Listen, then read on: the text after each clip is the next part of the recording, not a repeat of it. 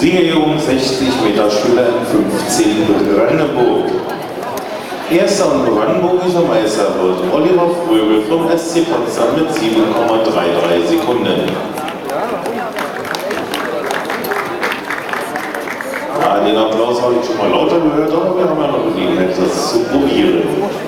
Den zweiten Platz erkämpfte sich Leon Teschert vom LC Cottbus mit 7,45 Sekunden.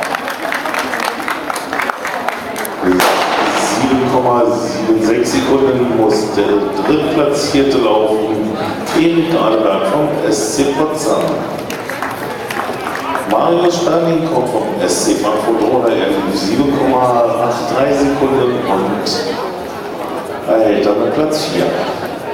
Den fünften Platz erkämpfte sich Paul Kruschwitz von der WSG 1981 Königswusterhausen. 7,95 Sekunden seine Zeit. Roman Schönweiler vom VfL Lemberg erreicht den sechsten Platz mit 7,98 Sekunden. Julius Lischka kommt ebenfalls vom LC Cottbus, er lief 8,01 Sekunden und erreichte Platz 7.